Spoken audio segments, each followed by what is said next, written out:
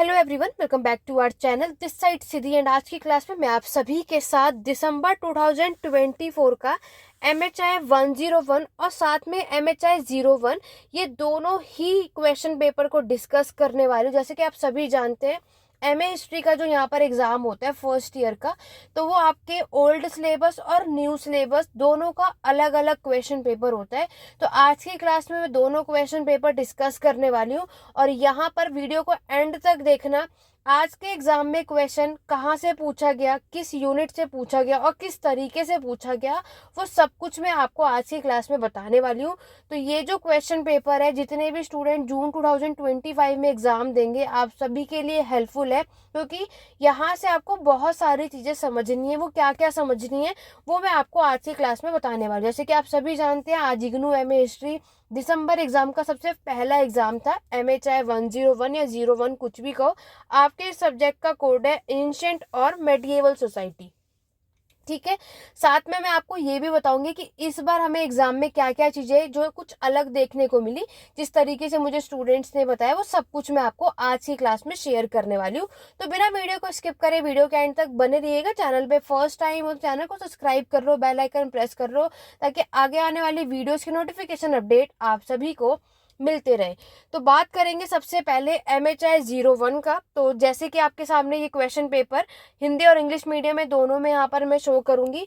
तो आपने जब आपको ऑब्वियस आपका जो एग्जाम टाइमिंग था वो 2 बजे से था और आपको 3 घंटे का समय दिया गया। ऑब्वियस सी बात है, 2 से 5 बजे का टाइम और 100 मार्क्स का था। ठीक है, मैं पहले भी अपनी कई वीडियोस में आपको ऑलरेडी बता चुकी हूँ। पासिंग मार्क्स के लिए 40 मार्क्स आपको लाना। तो जब भी रिजल्ट आपका डिक्लेयर होगा तो चेकआउट कर लेना कि 40 मार्क्स से कम मार्क्स नहीं होने चाहिए। अगर 39 मार्क्स भी हुआ तो बैक मानी जाएगी, तो आपको दोबारा से एग्जाम देना पड़ेगा। ठीक है, तो आपके पास यहाँ पर 10 क्वेश्चन थे, कोई भी 5 क्वेश्चन अटेम्प्ट करने। ये सब कुछ सेम है जैसे अभी तक चलता आ रहा था। आपको 20 मार्क्स के लिए 500 वर्ड में अपने आंसर को कंप्लीट करना है। ठीक है, क्वेश्चन की तरफ बढ़ने से पहले इस बार जो आपके यहाँ पर जो आप सभी ने मुझे बताया कि मैम हमें जो इस बार आंसर शीट मिली थी, ठीक है, हमेशा जो आपको आंसर शीट मिलती है वो कुछ इस तरीके की होती है, राइट। लेकिन इस बार बताया जा रहा है कि आपको आंसर शीट कुछ इस तरीके से मिली जैसे नॉर्मली हम सब अपने कॉपी या रजिस्टर में यूज करते हैं। तो सभी मुझे कमेंट करके बताना, क्योंकि आप सभी का अलग अलग सेंटर था, तो कितने स्टूडेंट के पास सभी के यहाँ इस बार यही वाला आपको आंसर शीट प्रोवाइड किया गया था, या जो पुराने अभी तक आंसर शीट इग्नू प्रोवाइड करता था, या फिर ये वाला था। कमेंट करके सभी बताना, ताकि यहाँ पर और भी जितने भी स्टूडेंट हैं या फिर जो नेक्स्ट ईयर एग्जाम देने वाले हैं उन्हें कोई प्रॉब्लम ना आए, उनकी हेल्प हो सके। इसीलिए सभी कमेंट करना। पहला कमेंट तो आपको यही करना है कि आपको जो अभी आंसर शीट जो मिली थी वो किस तरीके से मिली थी। देखो, आप लोगों ने जो मुझे बताया, देखो जो पहले शीट प्रोवाइड की जाती थी वो इस तरीके से थी, और यहाँ पर अगर हम बात करते तो टोटल इसमें अगर मैं पेजेस की बात करती हूँ तो टोटल पेजेस आपको उसमें 24 मिलते थे। ठीक है, आप जब चेक करोगे तो आपके आंसर शीट में ना यहाँ पर नंबर मेंशन होता है 1 2। तो 1 और 2 मैंने पहले भी बताया था, वो तो आपका जो नेम, इनरोलमेंट नंबर और सारे जो इंस्ट्रक्शन होते हैं ना, इससे फिल होता है। तो टोटल पेजेस आपको इस तरीके से देखने को मिल जाता है। ठीक है, तो वो मिला करके तब आपके 26 पेजेस होते हैं। ठीक है, ये दोनों भी अगर ऐड ऑन करेंगे तो 26 पेजेस था, और यहाँ पर 24 पेजेस में आपको अपने 5 क्वेश्चन के आंसर को कंप्लीट करना होता था। ये चीज थी। अब इस बार आप लोगों ने मुझे बताया कि मैम इस बार जो है 2 पेजेस एक्स्ट्रा थे, ऐसा यहाँ पर बहुत सारे स्टूडेंट ने मुझे कमेंट किया है। तो ये आप मुझे जरूर कमेंट करके बताना कि आपको जहाँ कहीं भी आपका एग्जाम सेंटर था वहां पर ये सेम चीज हमें देखने को मिली थी या नहीं। अदरवाइज मैं पहले भी आपको बता चुकी हूँ, आपको अपने 20 मार्क्स के आंसर के लिए 5 पेजेस को फिल करना है। ठीक है, देखो आज भी सेम चीज वही हुई जो मैं आपको कई बार ऑलरेडी बता चुकी हूँ। आज आप सभी का फर्स्ट एग्जाम था। बहुत सारे स्टूडेंट का जो एग्जाम है वो कंप्लीट उन्होंने वो पेजेस फिल नहीं कर पाए, या फिर किसी का सिर्फ 4 क्वेश्चन हो पाया, एक नहीं हो पाया। टाइम कम था। देखो टाइम कम नहीं था, आपकी स्पीड कम थी। मैंने आपको पहले ही अवेयर किया था कि ये गलती हमेशा होती है, सभी के साथ होता है, फर्स्ट एग्जाम में तो जरूर होता है, क्योंकि पहले दिन में आपकी जो एग्जाम है जो स्पीड है वो कम होती है, और मैक्सिमम स्टूडेंट का ऐसा होगा कि आप 4 क्वेश्चन अटेम्प्ट करोगे, 5th नहीं कर पाओगे, या 5th आपने स्टार्ट किया होगा वो कंप्लीट नहीं कर पाओगे। तो इसीलिए आपको पहले से ही अपने जो आंसर राइटिंग की प्रिपरेशन करनी चाहिए ताकि आप लोगों की स्पीड बनी रहे। बट कोई बात नहीं, आपके जो बाकी के जो अभी भी 5 सब्जेक्ट के एग्जाम बचे हैं उन पर फोकस करना है। आज का एग्जाम आपका जैसा भी गया, जो भी गया, उसको आप वहीं छोड़ दो, ठीक है। रिजल्ट जब आएगा तब हम देखेंगे। अभी आपका मेन फोकस नेक्स्ट एग्जाम पर होना चाहिए, ठीक है। तो नेक्स्ट अगर हम बात करें 11 दिसंबर को है MHI 102 और 02, कोई भी कोड आप कह सकते हो, एक दिन का गैप आपको मिला है। इसके इम्पोर्टेंट क्वेश्चंस की वीडियो विद मैराथन क्लास मैंने अपलोड कर दिया है। बाकी आपको ये दोनों की प्लेलिस्ट चेकआउट कर लेना मेरे चैनल से, ठीक है। इस चैनल पर जितनी भी वीडियो है सब कर लो। आज जो अभी आपका टाइम बचा है तो इम्पोर्टेंट क्वेश्चन और मैराथन सेशन देखने में निकाल दो। कल की क्लास में यानी कल जो आपका पूरा दिन होगा वो आप अपनी सेल्फ स्टडी में लगाना कि आपने जो भी इंपॉर्टेंट क्वेश्चन से देखा, जो भी टॉपिक यहाँ यूट्यूब चैनल से पढ़ा और जो भी मैराथन सेशन देखा वो सब आज तक आप कंप्लीट कर लो। और कल आपको जो भी आपने आज पढ़ा है, जो समझा है, वो कल आपको करना है, ठीक है। इस तरीके से आपको पढ़ना है। तो ये मैं स्टार्टिंग में इसलिए आपको बता रही हूँ ताकि आप सभी, क्योंकि आगे क्वेश्चन पेपर तो आपने ऑलरेडी देख रखा है, जो ऑलरेडी अभी एग्जाम देकर आए, उस पर मैं बात करूंगी। लेकिन अब आपको क्या फोकस करना है वो भी आपको बताती हूँ। देखो, आज के क्वेश्चन पेपर से जो नए सिलेबस वाले हैं उनको तो बहुत कुछ सीखने की जरूरत है और थी भी, क्योंकि प्रीवियस वीडियो में मैंने ऑलरेडी बताया आपको किन बातों का ध्यान रखना है आगे के जो 5 क्वेश्चन जो आपके एग्जाम होंगे उन पर। चलिए बढ़ते हैं क्वेश्चन की तरफ। सबसे पहला क्वेश्चन है, देखो यहाँ पर बहुत सारे लोगों का कमेंट आया, बहुत लोगों का एग्जाम बहुत अच्छा गया है, ठीक है। बहुत लोगों का एग्जाम नॉर्मली गया, उतना अच्छा नहीं गया है। तो उसमें गलती आप लोगों की कहाँ थी वो मैं आपको बताऊंगी। पहले क्वेश्चन की तरफ बढ़ते हैं। फर्स्ट क्वेश्चन आपसे पूछा है, what role did language play in the process of human development. तो यहाँ पर भाषा का रोल पूछा जा रहा है कि मानव के विकास के लिए जो भाषा का क्या रोल है हमारे ह्यूमन डेवलपमेंट के प्रोसेस में। ये अगर हम बात करते हैं तो ये क्वेश्चन यूनिट 1 से पूछा गया है। तो डेफिनेटली मैंने इंपॉर्टेंट क्वेश्चन बताए थे, इंपॉर्टेंट टॉपिक आपको बताया था। तो वहां पर मैंने आपसे ये बात कही थी कि यूनिट 1 इंपॉर्टेंट है, इसको स्किप मत करना, यहाँ से क्वेश्चन डेफिनेटली आपको मिलेगा, ठीक है। लेकिन किसी किसी स्टूडेंट को ये शायद मे बी लैंग्वेज वाला, देखो ये इसमें क्या क्या लिखना था ये जब मैं आगे इसको कंप्लीटली लेकर के आऊंगी पूरा डिटेल में। लेकिन आज में मैं आपको क्वेश्चन समझा रही हूँ और किस यूनिट से है वो मैं आपको बता रही हूँ। और अब आपको आगे अदर सब्जेक्ट के लिए क्या करना है वो मैं आपको बताऊंगी, इसीलिए आज की क्लास में लेकर के आई हूँ। तो यहाँ पर अगर हम बात करें, फर्स्ट जो चैप्टर है वो लैंग्वेज से रिलेटेड है। देखो ये वही स्टूडेंट ने इस क्वेश्चन को, मैंने स्टूडेंट ने तो फर्स्ट क्वेश्चन अटेम्प्ट किया है, जितने भी स्टूडेंट का रिस्पांस आया है। बाकी जो नहीं कर पाए हैं तो उन्होंने जो स्टोन एज का जो पाषाण काल का आपका टॉपिक है, आप लोगों ने उसको डिटेल में समझा नहीं। अगर आपने उसको समझा नहीं, दैट्स वाई आप इस क्वेश्चन को सॉल्व नहीं कर पाए। आपके इग्नू की बुक में अगर चेकआउट करोगे तो लैंग्वेज वाला जो टॉपिक है बहुत छोटा है, उससे तो आप ये कर ही नहीं सकते, ठीक है। आप सोचोगे उस बुक से क्वेश्चन आया, और अगर आप अपनी बुक ओपन करना, सभी के पास होगा, नहीं तो PDF चेक करना, इतना बड़ा टॉपिक आपके बुक के अंदर है नहीं। ये वही स्टूडेंट सॉल्व कर पाएगा जिसने पूरा स्टोन एज का टॉपिक क्लैरिटी के साथ समझा होगा। तो मैंने आपको ऑलरेडी कई बार अपने इंपॉर्टेंट क्वेश्चन की वीडियो में मैराथन क्लास में एक बात कही थी कि स्टोन एज का टॉपिक मेरे चैनल पर आपको मिलेगा, उसको अच्छे से देख लेना, आपको चीजें समझ में आ जाएगी, कब कहाँ क्या लिखना है वो भी आप समझ जाते। बाकी आगे आने वाले दिनों में इन सारे क्वेश्चंस को मैं सॉल्व भी कराऊंगी, तब आप चीजें देखना। बट अभी आपको क्लैरिटी हो गई। तो लैंग्वेज की अगर हम बात करें, वैसे आशा करती हूँ जितने भी पेड मेंबर्स के मेंबर थे उन्हें तो कोई प्रॉब्लम हुई नहीं है, लेकिन अगर उनमें से भी किसी को हुई है नोट्स जो आपने लिए, तो देखो उसमें वही सारी चीजें थी जो मैंने आपको ऑलरेडी पढ़ाया डिटेल में। बट मैंने आपको क्या कहा, कभी भी क्वेश्चन है इग्नू में, ऑब्वियस है आप सभी मास्टर कर रहे हो, स्कूल के स्टूडेंट नहीं हो कि वो डायरेक्टली आपको क्वेश्चन लिख कर देंगे। आपको कंफ्यूज करने के लिए उन्होंने सिर्फ लैंग्वेज चेंज करी, और आप में से कई ऐसे जो घूम गए और उनको ये एग्जाम टफ लगा। एग्जाम आपका नॉर्मल था, बट इन्होंने आपको घुमाने की कोशिश की, क्योंकि मैंने आपको पहले भी कहा था आपका नया सिलेबस है, क्वेश्चन कुछ अलग अलग पूछेंगे। पुराने सिलेबस में तो उसी तरीके से क्वेश्चन आया जिस तरीके से आज तक आता आ रहा था, आपका नया है तो थोड़ा एक्स्ट्रा आपको करना भी पड़ेगा, जो कि मैंने अपनी हर एक प्रीवियस वीडियो में कहा है। यहाँ पर 2-3 आके ऐसे जो आपने कमेंट करे, आपका बताया हुआ कुछ नहीं आया, तो अगर आपने कुछ पढ़ा नहीं तो उसमें आपका फॉल्ट है, ऑब्वियस है। मैंने आपसे पहले भी कहा था कि आपको कोई भी टॉपिक पढ़ो, ढंग से पढ़ना, डिटेल में समझना, क्योंकि टीचर आपको घुमा देगा और आप घूम जाओगे। तो ये सिर्फ वही स्टूडेंट घूम रहे हैं जो सिर्फ ऊपर ऊपर से टॉपिक को करके गए थे।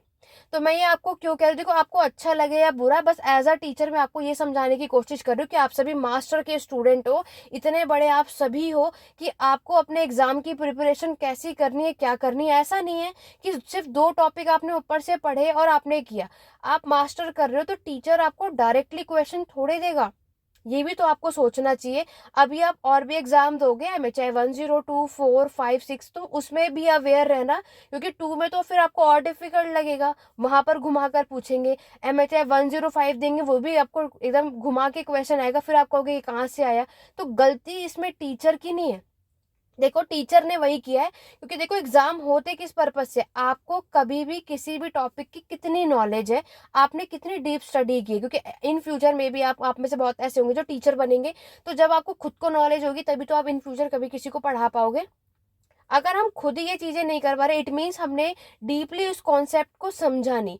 तो सबसे पहले आपको अदर सब्जेक्ट के लिए क्या तैयारी करनी है, जो भी टॉपिक पढ़ रहे हो, क्वेश्चन घुमाएंगे, मैंने कई बार बोला है, आपको वो यूनिट याद रखनी है, किस यूनिट से पूछा है। और अगर आप उस यूनिट को एग्जाम के लिए प्रिपेयर करके गए हो तो रिमाइंड करो कि हमने उसमें क्या क्या चीजें पढ़ी थी, ठीक है, तब आप उन क्वेश्चंस को कर पाओगे। नेक्स्ट क्वेश्चन देखो, हड़प्पा की सभ्यता के आपके इंपॉर्टेंट फीचर आए। तो ब्रोंज एज का मैंने चैप्टर आपको बताया था, डेफिनेटली यूनिट 2 से क्वेश्चन आपके सामने है। तो यूनिट 1 और यूनिट 2 से क्वेश्चन मैंने आपसे कहा था और डेफिनेटली आपके हाथों में। ब्रोंज एज की सोसाइटी से आया, तो मैंने आपको पहले भी कहा था हड़प्पा की सभ्यता, आप में से कोई ऐसा नहीं होगा हिस्ट्री का स्टूडेंट जो इस क्वेश्चन को करके ना आया हो, क्योंकि ये आपके MHI 101 के अलावा 4 का भी टॉपिक है, 5 का भी टॉपिक है, 6 का भी इवन टॉपिक है।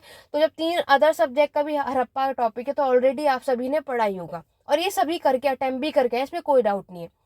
तो मैंने आपको पहले भी कहा था कि हड़प्पा, चाइना, इजिप्ट अच्छे से करना, ये आपके एग्जाम के लिए इंपॉर्टेंट है। कुछ ऐसे टॉपिक है जो सिर्फ एक सब्जेक्ट में नहीं, अदर में भी इंपॉर्टेंट है, ठीक है। तो इंपॉर्टेंट फीचर सभी ने किया। चलो इस वाले क्वेश्चन में तो किसी को कोई प्रॉब्लम नहीं आई होगी, डेफिनेटली है। आगे बढ़े, नेक्स्ट क्वेश्चन देखो, what was the position of lower classes and slaves in the Roman society. तो ये आपके रोमन एम्पायर से क्वेश्चन है, जो कि मैंने आपको कहा था कि डेफिनेटली रोमन एम्पायर, जो कि आपके बुक के अंदर यूनिट 6 है, यहाँ से क्वेश्चन पूछेगा, ठीक है। अब इसमें भी मे बी आप में से कई ऐसे हैं जो इसको नहीं कर पाए, क्योंकि यहाँ पर सारी चीजें वही थी जो आप पढ़कर गए, लेकिन उन्होंने कुछ अलग तरीके से पूछा। तो ऑब्वियस है, आपका नया सिलेबस है तो वो क्वेश्चन भी नए तरीके से ही पूछेंगे, ठीक है। इसीलिए जैसे आप में से कई ऐसे जो आप यहाँ पर क्लासेस की में तो एक बात समझ में आती है, जो आपकी मैम इंपॉर्टेंट क्वेश्चन या सिर्फ क्वेश्चंस के आंसर हमें चाहिए। देखो मैं आपको कभी भी क्वेश्चन उठाकर देखना, देखो क्वेश्चन क्या है, चेंज होते रहते हैं, आंसर मैक्सिमम चीजों का सेम होता है, बट हमें कुछ ऐड ऑन करना होता है। इसीलिए आपको क्वेश्चंस ना करके टॉपिक क्लियर होना चाहिए। अगर आपको कोई भी टॉपिक क्लियर होगा तो क्वेश्चन वो कुछ भी पूछ सकते हैं, तब आप उसको कर पाओगे। आप में से बहुत सारे स्टूडेंट ये गलती करते हैं कि वो क्वेश्चन का आंसर सॉल्व करके जाते हैं। मैंने कई बार, आप में से बहुत सारे स्टूडेंट हैं, मैं आपको यहीं पर शेयर करती हूँ कि आप में से कई ऐसे स्टूडेंट हैं जो नोट्स यहाँ पर लेने आते हैं और वो चाहते हैं कि मैम हमें क्वेश्चंस के आंसर चाहिए। तो मैंने यहाँ पर आपको वैसे भी बताया कि मैं क्वेश्चंस के आंसर प्रोवाइड नहीं करती, मैं टॉपिक वाइज आपको यहाँ पर चीजें प्रोवाइड करती हूँ नोट्स में। हिंदी और इंग्लिश मीडियम दोनों में से किसी में देख लो, क्यों, क्योंकि क्वेश्चन यहाँ पर चेंज होते रहते हैं। आज अगर उन्होंने आपसे एग्जाम में प्रीवियस ईयर में ये आपसे क्या पूछते हैं, स्लेवरी की पोजीशन क्या है रोमन एम्पायर में, तो वो आपको, आज इन्होंने आपके साथ लोअर क्लासेस और स्लेव्स की पोजीशन पूछ ली रोमन सोसाइटी में, तो क्वेश्चन चेंज हो गया। तो आप में से कई ऐसे क्या होंगे कि मैम आपने तो क्वेश्चन कुछ और दिया था और यहाँ तो कुछ और है, दोनों का मतलब सेम था। बट जितने भी स्टूडेंट रोमन स्लेव की जो मेरी वीडियो है चैनल पर देख कर गए होंगे, वो सभी इस क्वेश्चंस को आराम से सॉल्व करके आ चुके हैं। मुझे कमेंट करके बताना कि रोमन स्लेवरी का जो क्वेश्चन है, कितने स्टूडेंट आप सभी देख कर गए थे और कितने लोगों ने इस क्वेश्चन नंबर 3 को अटेम्प्ट किया। जो नहीं कर पाए वो इसीलिए नहीं कर पाए क्योंकि उन्होंने रोमन सोसाइटी को सही से समझा नहीं। हम कई बार पर्शियन, ग्रीक और रोमन एम्पायर को पढ़ते हैं और सभी में, चाहे आपका कोई भी साम्राज्य हो, हर एक जगह लोअर क्लासेस की सिचुएशन आप सभी को पता है। ठीक है, कहाँ पर कैसी, पूरे इतिहास उठाकर देख लो, हर जगह एक ही चीज आप पढ़ते हो, तो इसमें डिफिकल्टी तो आपको आनी ही नहीं चाहिए थी। जितने भी स्टूडेंट का मे भी आज कुछ का अच्छा नहीं गया है, कुछ शायद कंफ्यूज हो गए, तो वो क्यों हो गए, या आपने क्या गलती करी, वो मैं आपको बता रही हूँ, जो कि आगे आने वाले जो 5 सब्जेक्ट के एग्जाम है ना, उसमें मत करना। ठीक है, क्योंकि देखो यहाँ पर आप सिर्फ मेरी वीडियो को देख सकते हो और मैं आपको एक्सप्लेन कर सकती हूँ, फॉलो आपको करना है, क्योंकि मैं आपको देखो यहाँ पर कि जो जिसका भी एग्जाम अच्छा नहीं गया है, तो आपको बुरा लगने से अच्छा या फिर आपको गलती समझनी चाहिए। ठीक है, मैंने आपको पहले भी कहा कि आप सभी मास्टर के स्टूडेंट हो, कोई छोटे बच्चे तो है नहीं कि स्कूल के हैं, जितना पढ़ा सिर्फ उतना ही करना, एक्स्ट्रा नहीं। मैं आपको हर एक वीडियो में एक बात कहती हूँ कि बहुत कोई भी चीज करो, कॉन्सेप्ट क्लियर होगा तो क्वेश्चन कुछ भी आए आपको सॉल्व करना है। Same as it is MHI 102 में भी होता है। अगर उन्होंने रशियन रेवोल्यूशन पूछा, रसिया की क्रांति, जो रूस की क्रांति हुई थी, तब तो सभी को वो कॉन्सेप्ट समझ में आता है। अभी लास्ट टाइम वो आपसे पूछ लेंगे बॉल सेविक से रिलेटेड, सभी घूम जाएंगे, अब वो सोचेंगे बॉल सेविक तो मैम ने बताया ही नहीं था, अब इसमें क्या करना है। देखो ये वो ही स्टूडेंट सॉल्व कर पाएगा जो इस टॉपिक को, जिन्होंने डीपली समझा। जब रशियन रेवोल्यूशन में बॉल सेविक की ही पार्टी थी, बाद में बॉल सेविक और मेंशेविक पार्टी, तो बात तो उन्होंने वही पूछी है, सॉल्व आपको रशिया रेवोल्यूशन ही करना था। लेकिन आप में से कई क्यों कंफ्यूज हो गए, क्योंकि टीचर ने आपको घुमाया और आप सभी घूम गए। तो ये गलती आगे मत करना, क्योंकि आगे जो एग्जाम होगा वो जो आपके सब्जेक्ट है वो इससे भी टफ होता है। अगर आपकी हिस्ट्री की बेसिक नॉलेज नहीं है या फिर आपको हिस्ट्री में थोड़ी बहुत प्रॉब्लम होती है, तो आगे आने वाले एग्जाम में भी डेफिनेटली हो सकती है, तो तैयार रहो। तो ये जो गलती आज आप सभी करके आए हो, ये मत करना। बाकी मैक्सिमम स्टूडेंट का रिस्पॉन्स अच्छा है, उन सभी का एग्जाम अच्छा गया है, तो तभी गया है क्योंकि आप लोगों ने कॉन्सेप्ट को समझा। क्वेश्चन में टीचर ने आपको घुमाया, आप नहीं घूमे, क्यों? जस्ट बिकॉज आपने कॉन्सेप्ट को समझा था, टॉपिक को समझा, तभी आप इसको सॉल्व कर पाए। नया इसमें कुछ भी नहीं था। तो यूनिट 1, यूनिट 2, यूनिट 6 सब वही आया जो मैंने आपको पढ़ाया था। इवनली पेड क्लासेस के मेंबर्स को भी सब कुछ मैंने पढ़ाया था, और उसमें वो सारी चीजें आई हैं जो डिटेल में हमने यहाँ पर समझा था। 3 क्वेश्चंस आपने देखे। चलिए आगे देखते हैं, बात करते हैं आगे किसको कहाँ प्रॉब्लम आई। हिंदी मीडियम वाले स्टूडेंट भी देख लो, मानव विकास की प्रक्रिया में भाषा ने क्या भूमिका निभाई थी। ये सब मैं आगे आने वाले दिनों में मैराथन सेशन में जरूर एक्सप्लेन करूंगी। चलिए क्वेश्चन नंबर 4 देखो। अब अगर हम क्वेश्चन नंबर 4 है, what do you know about Umayyad dynasty, what were the main reason for its decline. यहाँ पर आप लोगों ने जो इस्लाम का रिलीजन किया, अरब वाला जो चैप्टर था, उसमें आपके 4 खलीफा पूछे जाते हैं हर साल। आज तक 4 खलीफा ही आता है। 4 खलीफा के बाद, जो कि आपके रसीउद्दीन में इंक्लूड होता है, जिसमें हमें 4 खलीफा देखने को मिलते हैं। उसके बाद जिन्होंने रूल किया था वो थे आपके उम्मयद खलीफा और आपके अब्बासिद खलीफा। ठीक है, तो इस बार इन्होंने उम्मयद खलीफा से पूछा। ठीक है, तो वैसे ही देखो यहाँ पर आज तक ये कभी भी नहीं आया, इतने 10 सालों में चाहे 15 सालों में उम्मयद खलीफा से क्वेश्चन नहीं आया, फर्स्ट टाइम आया है।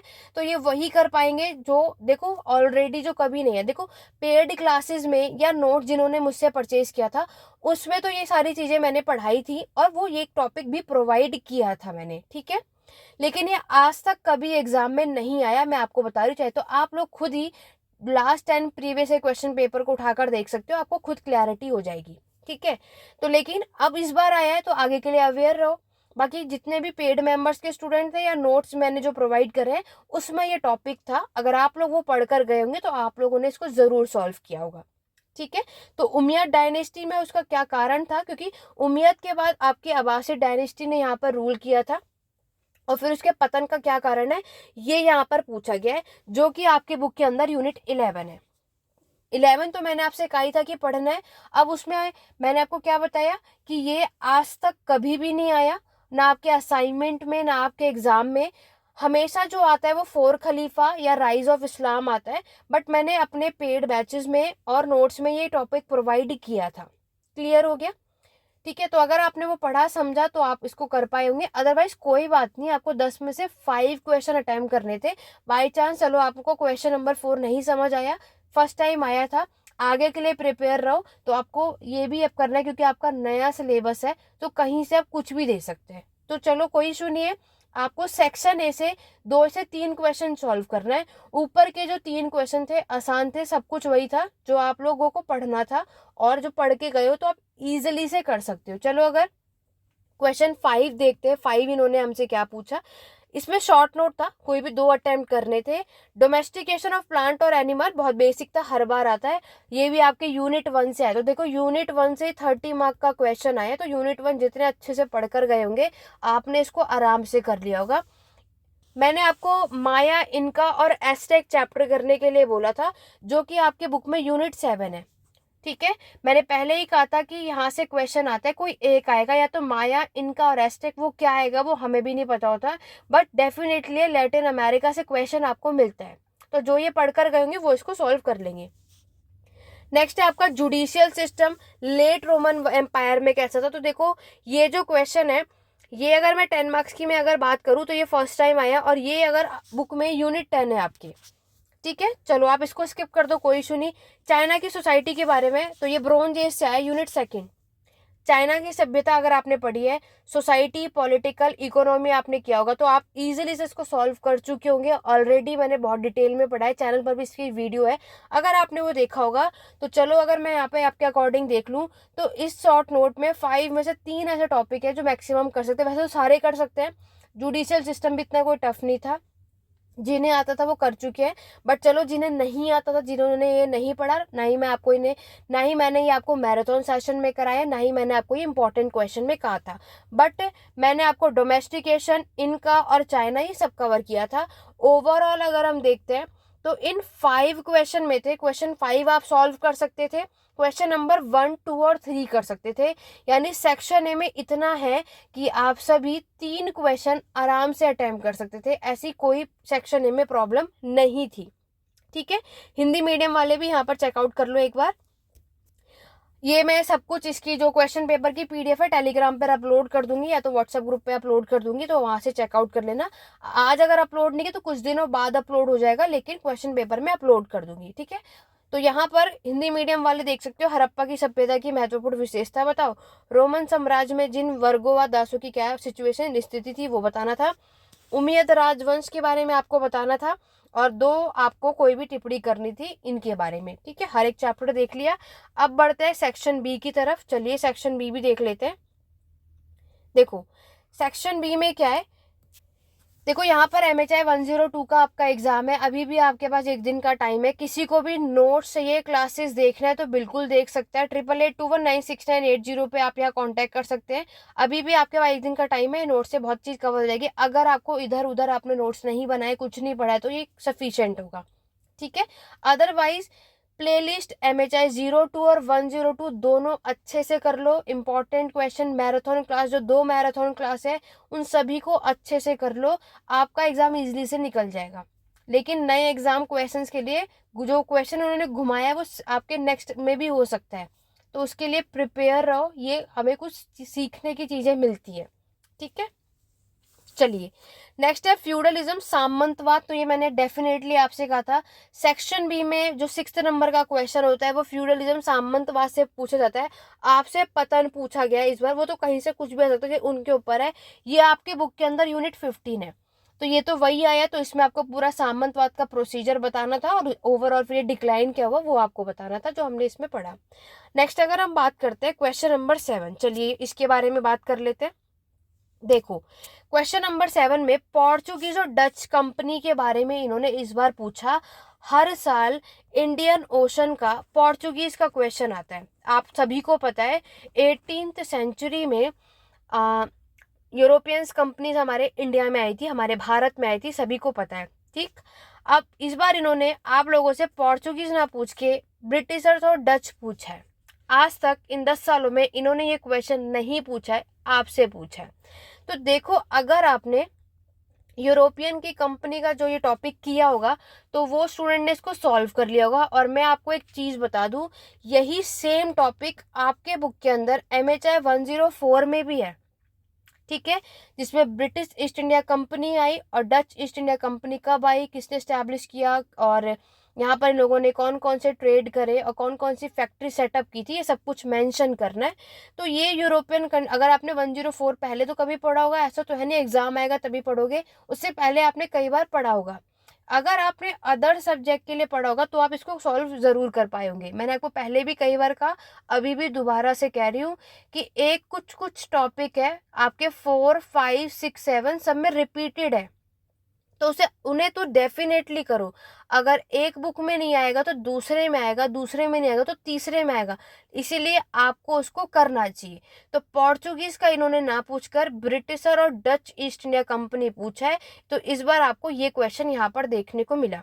तो ये वही सॉल्व कर पाए होंगे जिन्होंने यूरोपियंस के बारे में पूरा डिटेल में जिन्होंने पहले पढ़ा है, पोर्चुगीज, ब्रिटिश, डच और फ्रांस की कंपनी के बारे में, तो वो इसको सॉल्व कर सकते हैं। अगर आपने ये नहीं पढ़ा तो अभी भी टाइम है, पढ़ लो, क्योंकि 104 का और 105 नहीं तो 7 का टॉपिक है, 5 में नहीं होगा, 107 का भी यही टॉपिक है, तो तब भी ये क्वेश्चन आ सकता है। तो उसके लिए आपको इसको अब कर लेना है, ठीक है। आगे बढ़े, क्वेश्चन नंबर 8 देखो, discuss the main feature of society, economy, administration of medieval town. ये तो मैंने आपको बताया ही था और पढ़ाया भी था मैराथन सेशन में भी, आपके असाइनमेंट में भी आई थिंक ये क्वेश्चन है, तो ये तो सभी ने कर लिया हो, किसी को कोई प्रॉब्लम नहीं आई। तो 3 क्वेश्चन सेक्शन ए से करने थे, सेक्शन बी से 2 क्वेश्चन करने थे। तो चलो क्वेश्चन 6 तो सभी ने किया होगा और 8 भी सब कर सकते थे। चलो 7 में भी कुछ नहीं भी कर सकते तो स्किप कर दो। आपको 10 में से 5 अटेम्प्ट करना था एक आध, क्योंकि मैंने आपको पहले भी बोला कि आपका नया सिलेबस है तो 1 से 2 नए नए क्वेश्चन जरूर मिलेगा। बाकी तो जिसे हिस्ट्री की नॉलेज होगी, जिन्होंने अदर सब्जेक्ट की भी प्रिपरेशन की होगी, तो उन्हें प्रॉब्लम नहीं आई होगी। क्वेश्चन नंबर 9 की तरफ बढ़ते हैं। देखो क्वेश्चन नंबर 9 में, discuss the main feature of the cultural transformation that lead to the transition from medieval to modern Europe. आपको ये बताना है कि आपके आधुनिक से आपके जो मॉडर्न है, यानी सॉरी मध्यकालीन से आपके मॉडर्न यूरोप के बारे में इसमें बताना है। ये आपके बुक में यूनिट 24 है। देखो मॉडर्न वर्ल्ड से मैंने क्वेश्चन कहा था यूनिट 24 से, यहाँ से कभी आता है कभी नहीं आता, तो वो कभी कभी भी हो सकता है, ठीक है। ये ट्रांजिशन टू मॉडर्न वर्ल्ड हर बार नहीं आता, तो इस बार इन्होंने मॉडर्न वर्ल्ड से ये क्वेश्चन पूछा है, ठीक है। तो चलिए, अगर जिसको समझ होगी आपने इसको किया होगा, अदरवाइज स्किप भी कर सकते हैं, अभी भी कोई प्रॉब्लम नहीं है, क्योंकि 10 में से 5 क्वेश्चन तो आपने अटेम्प्ट कर लिए। चलो क्वेश्चन नंबर आप 10 भी देख लो, जिससे आपको क्लियर हो जाए कि यहाँ पर आपको क्या चीज समझ में आती है। क्वेश्चन नंबर 5 तक हुआ, मुझे कमेंट करके जरूर बताना आपने कौन कौन से क्वेश्चन सॉल्व किया, सबसे ज्यादा प्रॉब्लम आपको कहाँ आई, तो उससे रिलेटेड अगर मुझे आप फिर जो भी डाउट होगा आपको, तो वो मैं क्लियर करूंगी, ताकि आपको नेक्स्ट एग्जाम में किसी भी तरीके की प्रॉब्लम आपको फेस ना करनी पड़े। देखो यहाँ पर मैंने जो, क्योंकि एज अ टीचर मेरे को आपको समझाने का ही काम है, और यहाँ पे बुरा किसी को भी नहीं लगना चाहिए, क्योंकि स्टूडेंट, क्योंकि मैंने आपको पहले भी कहा, आपको कोई भी टीचर हो इन फ्यूचर, अगर आप भी टीचर होते हो और आपसे कोई मास्टर का स्टूडेंट इस तरीके से बात करेगा या कहेगा या पढ़ के जाएगा, तो फिर आपका मास्टर करने का कोई लॉजिक नहीं बनता। क्योंकि अब मास्टर में क्या होता है, कोई आपको एक एक लाइन करके नहीं पढ़ाएगा और ना ही बताएगा, ठीक है। आपको खुद करना है, क्योंकि आप सभी अब इतने बड़े हो चुके हैं, तो कभी भी किसी पर आपको नहीं करना चाहिए, क्योंकि एंड टाइम पर जो आप कहते हो सिर्फ 5 क्वेश्चंस बता दो, हम सिर्फ वही बढ़ के जाएंगे, तो ये कभी भी नहीं हो सकता, और ना ही आप वो 5 क्वेश्चन इतना अच्छे से कर पाओगे। हमेशा हमें एक्स्ट्रा पढ़ना चाहिए, ये कोई भी टीचर आपको सजेस्ट करेगी। तो आज का एग्जाम कैसा भी हुआ उसे वहीं छोड़ो और नेक्स्ट एग्जाम की प्रिपरेशन करो, सबको यही सजेस्ट करूंगी। शॉर्ट नोट में maritime trade in the 15th century, ये आपके इस बार के असाइनमेंट से क्वेश्चन आए, ये आज तक कभी भी क्वेश्चन नहीं आया। Institutional in science, science technology कितनी बार पढ़ चुके हो, अभी MHI 102 भी पढ़ोगे, उसमें भी जब साइंस आया तो उसमें क्या क्या बदलाव हुए, आप तब भी इसको सॉल्व कर सकते थे। डेमोग्राफिक यानी आपको पॉपुलेशन बताना है, ये मैं ऑलरेडी पढ़ा चुकी हूँ और आपको पता है पॉपुलेशन के बारे में आप क्या लिख सकते थे, किस तरीके से बर्थ रेट डेथ रेट आपकी बढ़ती है, उस टाइम पे कौन कौन से डिजीजेज आए जिसकी वजह से ये सारी, कब आपकी जो यहाँ पर बर्थ रेट है या पॉपुलेशन बढ़ी या कम हुई, और जब बढ़ी और कम हुई तो उससे लोग आपकी सोसाइटी में क्या प्रॉब्लम फेस करना पड़ा। ये सब बेसिक सी बातें, ये आप लोगों ने अगर टॉपिक ध्यान से पढ़ा होगा तो इसको सॉल्व कर लिया होगा। काउंटर रिफॉर्मेशन है, तो ये एक अलग सा कुछ क्वेश्चन है, कोई इशू नहीं है। तो यहाँ पर क्वेश्चन नंबर 10 में आपको कुछ चीजें समझ आई होंगी तो किया होगा, अदरवाइज ठीक है। इस बार यहाँ से कुछ एक दो क्वेश्चन, मतलब ओवरऑल अगर मैं यहाँ पर आपको बताऊं तो 2 क्वेश्चन हम कुछ नया क्या कहें, अगर आपने पढ़ा होगा पूरे चैप्टर को तो ठीक है। देखो क्वेश्चन नंबर 10 में ठीक है, आपने वैसे maritime trade 15th century India आप कर सकते थे, साइंस टेक्नोलॉजी थोड़ा सा आइडिया लगाते क्योंकि हम ऑलरेडी कई बार पढ़ चुके हैं, तो आप इसको सॉल्व कर सकते थे। चलो कोई इशू नहीं है। क्वेश्चन नंबर 10 में अगर आपको कोई प्रॉब्लम आई होगी तो स्किप कर दिया होगा, बाकी के सारे क्वेश्चन आप लोग कर सकते थे, बाकी के सारे क्वेश्चंस सभी कर सकते थे। एग्जाम सिर्फ उन्हीं का अच्छा नहीं हुआ जिन्होंने सिर्फ क्वेश्चंस पे ध्यान दिया, कॉन्सेप्ट पे ना देकर। तो ये गलती अपने आने वाले एग्जाम में बिल्कुल भी मत करना, ठीक है। आज MHI 102 में जो मैंने आपको चीजें बताई हैं, कॉन्सेप्ट टॉपिक पढ़ना, क्वेश्चंस तो चेंज करते रहेंगे आपको कंफ्यूज करने के लिए, वो मैंने अभी आपको बता दिया। अगर वो अभी आपसे रशियन रेवोल्यूशन पूछेंगे तब तो सभी कर लोगे, लेकिन अगर उन्होंने बॉल्शेविक पार्टी पूछ लिया तो सभी से गलत होगा। क्यों? बात तो उन्होंने एक ही पूछी है। एक उसमें आपका टॉपिक है इंटरनेशनल राइवलरीज, ये पूछेंगे तो किसी को आंसर नहीं आएगा। वहीं अगर उन्होंने सेपरेटली कोल्ड वॉर पूछा तब सबको कॉन्सेप्ट क्लियर होगा। क्यों? क्योंकि आपने ध्यान से पढ़ा नहीं। तो इसमें गलती किसकी है? तो ये जो कम टाइम है ना, मैंने आपको पहले भी कहा, सब कुछ पढ़ने से अच्छा है कुछ पढ़ो लेकिन अच्छे से पढ़ो। तो इसीलिए आज का एग्जाम जैसा भी है कोई इशू नहीं, दोबारा से री एग्जाम आप दे सकते हो अगर आपके मार्क्स अच्छे नहीं आए तो, ठीक है। बाकी आज के एग्जाम के उसमें आप नेक्स्ट एग्जाम को बिल्कुल भी खराब मत करो, नेक्स्ट एग्जाम पर फोकस करो, क्वेश्चन पे ध्यान रखो, वर्ड पे ध्यान रखो। और कभी कभी क्या होता है, क्वेश्चन आपको नहीं आपने पढ़ा होगा, आप अगर उस वर्ड को ध्यान से पढ़ोगे तो भी लिख पाओगे, क्योंकि पॉपुलेशन हुआ, वुमेन की बात हुई, लोअर क्लासेस की बात हुई, ये कुछ ऐसे टॉपिक है जो बिना पढ़े भी आप सभी कर सकते हो। साइंस टेक्नोलॉजी की बात हुई, ठीक है, प्रिंटिंग प्रेस की बात हुई, मेडिकल की बात हुई, तो ये कुछ ऐसे टॉपिक हैं जो आप बिना पढ़े भी कर सकते हो। क्योंकि आप उसमें ये सोचो कि जब ये सारी चीजें नहीं थी तो पहले कैसे सोसाइटी रही होगी, और आज ये सारी चीजें होने का हमें इसका क्या फायदा हुआ। इस तरीके से हमें क्वेश्चंस को सॉल्व करना है, लेकिन कभी भी कोई भी क्वेश्चन नहीं छोड़ना, पूरे 5 के 5 क्वेश्चन अटेम्प्ट करने, ठीक है। बाकी आज का एग्जाम कैसा गया कमेंट करके जरूर बताना। आशा करती हूँ कि इस क्वेश्चन पेपर के थ्रू आपको सारी चीजें क्लियर हो गई होंगी। अब मैं आपको जो पुराने सिलेबस के अकॉर्डिंग क्वेश्चन आया था वो भी एक बार दिखा देती हूँ, ताकि जो भी पुराने सिलेबस के अकॉर्डिंग है तो उसमें क्या क्या नए सिलेबस में ये आया है। तो जितने भी जून 2025 में एग्जाम की प्रिपरेशन कर रहे हैं सभी तैयार रहो, कि देख लोगे कि आगे जैसे जैसे आपका टाइम बढ़ता रहेगा ये क्वेश्चन आपके लिए टिपिकल करते रहेंगे। क्यों? क्योंकि आपकी अंडरस्टैंडिंग चेकआउट कर रहे हैं कि आपको कितना कॉन्सेप्ट पता है। ये थोड़े कि यहाँ पर उन्होंने आपसे सिर्फ स्टोन एज पाषाण का लिख दिया या पैलियोथिक लिख दिया, न्यूलिथिक लिखा, तब आपको समझ में आएगा, तब तो वो कोई भी कर लेगा। समझ रहे हो? इसीलिए अब इनकी कोशिश है कि आपको थोड़ा घुमा कर पूछे। तो नए सिलेबस वाले तो तैयार रहो कि आपसे, तो आपको कुछ नहीं करना, टॉपिक को ध्यान से समझना है, अब वो कुछ भी पूछ ले। इसके अलावा किसी को कोई भी डाउट है कमेंट के थ्रू पूछ सकते हैं। आशा करती हूँ कि आप आगे आज के जो एग्जाम में आप लोगों ने गलती करी है, जो आपको शायद कुछ चीजें समझ में नहीं आई थी, तो वो आगे मत करना। आज की क्लास में एक चीज और मैं आपको बता दूं, आप में से बहुत से ऐसे स्टूडेंट हैं जिन्होंने अपना फ्रंट पेज भरने में, फिल करने में कुछ मिस्टेक कर दिया। जैसे किसी का आया था कि मैम हमने डे गलत मेंशन कर दिया है, तो जैसे कि आज या डे आई थिंक या डेट था, जैसा 9th ऑफ दिसंबर है, मैंने 11 ऑफ दिसंबर मेंशन कर दिया, तो इससे कोई प्रॉब्लम नहीं है। याद रखना, आपका जो इग्नू में आंसर शीट का जो फ्रंट पेज है उसमें इनरोलमेंट नंबर कभी गलत मत करना, असली रोल आपका इनरोलमेंट नंबर का होता है।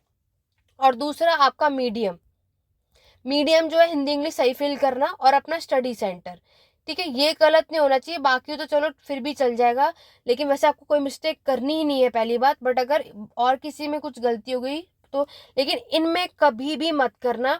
जो भी चैनल पर फर्स्ट टाइम आए हो, मेरी वीडियो को फर्स्ट टाइम देख रहे हो, तो मैंने ऑलरेडी आपको बताया कि एग्जाम में जाने से पहले क्या करना चाहिए क्या नहीं करना चाहिए, उस वीडियो को जरूर चेकआउट कर लेना, ठीक है। चलिए बढ़ेंगे MHI 01 के क्वेश्चन पेपर की तरह, वो देखते हैं कि उस एग्जाम में किस तरीके का क्वेश्चन आपसे पूछा गया। तो यहाँ पर मुझे किसी ने शेयर किया आपका पुराना सिलेबस के अकॉर्डिंग, तो आपका ये कोड है MHI 01, और मैं सभी से पूछना चाहूंगी तो आप में से कोई ऐसा तो नहीं था, किसी के साथ ऐसा तो नहीं हुआ कि जो पुराने सिलेबस का था उन्हें नए सिलेबस का क्वेश्चन प्रोवाइड किया गया, या जो नए सिलेबस के स्टूडेंट हैं उन्हें पुराने सिलेबस के अकॉर्डिंग क्वेश्चन पेपर प्रोवाइड किया? आप किसी के साथ ऐसा कुछ हुआ तो कमेंट करके जरूर बताना, ठीक है। तो यहाँ पर दिसंबर 2024 में पुराने सिलेबस के अकॉर्डिंग किस तरीके से क्वेश्चन पूछा गया है, आइए चलिए इसके बारे में बात करते हैं।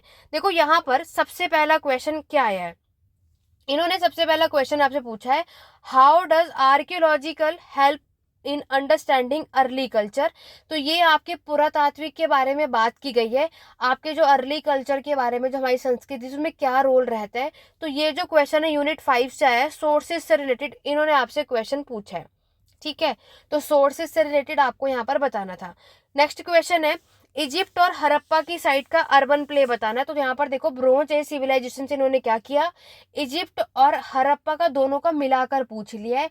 तो ये नए सिलेबस वाले के लिए भी इंपॉर्टेंट है, क्योंकि पुराने और नए सिलेबस के एग्जाम पैटर्न में ज़्यादा चेंजेस नहीं है। तो इसीलिए जितने भी नए स्टूडेंट हैं सिलेबस वाले, आपको ये इस क्वेश्चन पेपर को भी ज़रूर सॉल्व करके जाना चाहिए, ठीक है। तो इजिप्ट और हड़प्पा का जो क्वेश्चन है दोनों को मिलाकर पूछ लिया है। इन फ्यूचर आपके साथ भी ऐसा क्वेश्चन पेपर आपको देखने को मिल जाता है, ठीक है। क्वेश्चन नंबर 3 में इन्होंने रोमन एम्पायर से पेट्रिशन पूछा है और कैसे मैनेज किया था इन्होंने आपका प्लेबिनियन पेट्रिशन, जो मैंने आपसे कहा था वो करना था। देखो इनके एग्जाम में एस्टेक सिविलाइजेशन आया, आपके में इनका आया था, इनके में एस्टेक आया है। ओवरऑल लैटिन अमेरिका से क्वेश्चन आपको यहाँ से मिला और डेफिनेटली आता ही है। उसके बाद आप नीचे आओगे शॉर्ट नोट में, शॉर्ट नोट की तरफ बात करते हैं। तो आपसे पेस्टोनोमाइडिज्म जो हर बारी आता है, कोई नई बात तो है नहीं। अर्ली राइटिंग के बारे में यहाँ पर आपसे क्वेश्चन पूछा है, नियोलॉथिक रेवोल्यूशन पूछा और किंगशिप पूछा है, यानी रिश्तेदारी और नातेदारी। तो ये सारे शॉर्ट नोट भी आपको करने हैं। जितने भी यहाँ पर ऐसे स्टूडेंट वीडियो देख रहे हो जिनका एग्जाम जून 2025 में करने वाले हो, तो सभी इन सारे क्वेश्चंस पेपर के जो क्वेश्चंस है सबको सॉल्व कर लो, अच्छे से पढ़ लो, ठीक है। बाकी जो हमारा नया बैच स्टार्ट होगा जनवरी सेशन में, तो उसमें मैं ये सब कुछ कराऊंगी, ठीक है। बट अभी आपको ये क्वेश्चन पेपर क्लियर हो गया, चलिए आगे बढ़ते हैं। कितना है, सेक्शन बी की तरफ देखो। सेक्शन बी में आपसे फ्यूडलिज्म का डिबेट पूछा गया है, ठीक है। इसमें पोर्चुगीज ही आया, जैसे हर बार आता है इम्पैक्ट ऑफ पोर्चुगीज। यहाँ पर organisation of production and role of guild का मेडिएवल पीरियड में। देखो मेडिएवल पीरियड में गिल्ड हुआ, क्राफ्ट प्रोडक्शन हुआ, अर्बनाइजेशन हुआ, कुछ भी आ सकता है, टाउन हुआ। तो इस तरीके का क्वेश्चन आपको सेक्शन बी में जरूर मिलता है, जो कि मैंने आपको पहले भी बताया था। देखो यहाँ पर भी एक नया क्वेश्चन इन्होंने पूछा है, discuss the nature of transoceanic trade in the late medieval period. तो देखो ये वही कर पाएंगे जो ओशन ट्रेड पोर्चुगीज वाला जो चैप्टर है ना आपका, अच्छे तरीके से आप पढ़कर गए होंगे। तो शॉर्ट नोट की बात करें तो इन्होंने आपसे मैनोर्स पूछा है, कौन थे, अर्मेनियन ट्रेड, ये मैंने मर्चेंट आपको बताया था। ग्लास मेकिंग, क्राफ्ट प्रोडक्शन में ग्लास मेकिंग का काम होता था, वो आपको बताना है। और मेजर साइंटिफिक एडवांस, तो आपके में साइंस पूछा था, यहाँ पे साइंटिफिक एडवांस पूछा, तो क्या हुआ, तो ये MHI 01 पुराने सिलेबस में इस तरीके का क्वेश्चन पेपर आपको देखने को मिलता है, ठीक है। तो ये था दिसंबर का 2024 का यहाँ पर क्वेश्चन पेपर।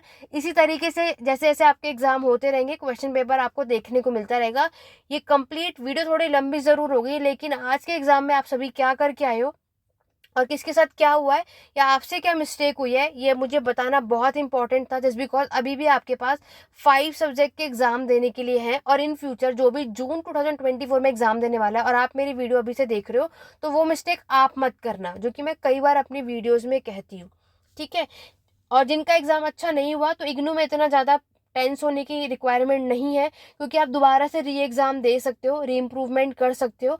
तो आप फिर से यहाँ पर एग्ज़ाम दे करके अपने मार्क्स को इम्प्रूव कर देना, अगर रिजल्ट में मार्क्स अच्छे नहीं आते हैं तो।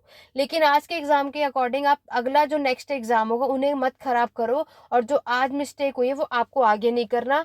अदर सब्जेक्ट के एग्ज़ाम और पेड क्लासेस अवेलेबल है, तो कोई भी अगर लेना चाहता है तो ये कॉन्टैक्ट नंबर मैंने आपको बता दिया, ये एग्जाम के लिए सफिशिएंट होगा। किसी को कोई भी डाउट या क्वेरी कमेंट के थ्रू पूछ सकते हैं। आशा करती हूँ कि आज की क्लास आपको ये जितनी भी चीज़ें थी वो सब कुछ क्लियर हो गई होंगी। तो मिलते हैं अपने नेक्स्ट वीडियो में। आज की क्लास में बस इतना ही, और इस वीडियो को ज़्यादा से ज़्यादा शेयर करो ताकि और भी इग्नू की स्टूडेंट जितने भी हैं उनकी हेल्प हो सके, और जितने भी आज उनसे ये मिस्टेक हुई है तो वो आगे ना हो, ठीक है, तो चलिए आज की क्लास को यहीं एंड करते हैं, मिलते हैं अपने नेक्स्ट वीडियो में। Thank you for watching.